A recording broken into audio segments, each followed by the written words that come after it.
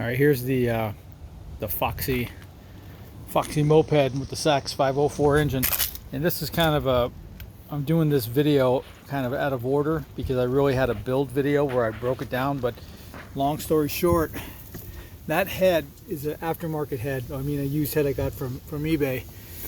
The head was the cylinder was so seized up, the piston and jug, that I cut it off, saved the crank and the crank and the rod. And so now if I the engine does turn. I freed it up. Okay, I freed it up.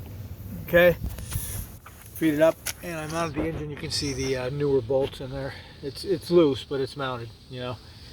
So I really need a proper video on the rebuild because I split the cases. I went all the way down the cases, put a new aftermarket jug or a used jug, new piston and rings, and it's freed up and it spins easy. It spins by hand like it's supposed to.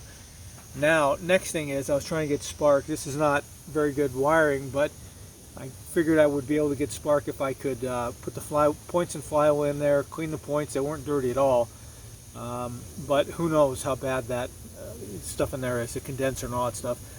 So I couldn't get spark going directly from the flywheel to a coil, which I know works. Coil's grounded. That's the points are grounded real good. So I figured I'd at least get some kind of spark, but I can't get spark out of it. So I'm pretty sure that the condenser points and all that is pretty shot. So I'm gonna do a new ignition on it. So this is a long-term project.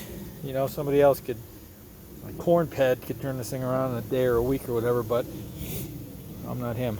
So anyway, at some point I'll put out video showing how I had cracked the case open and all that, but for right now, at least it spins around. I'm trying to get spark next.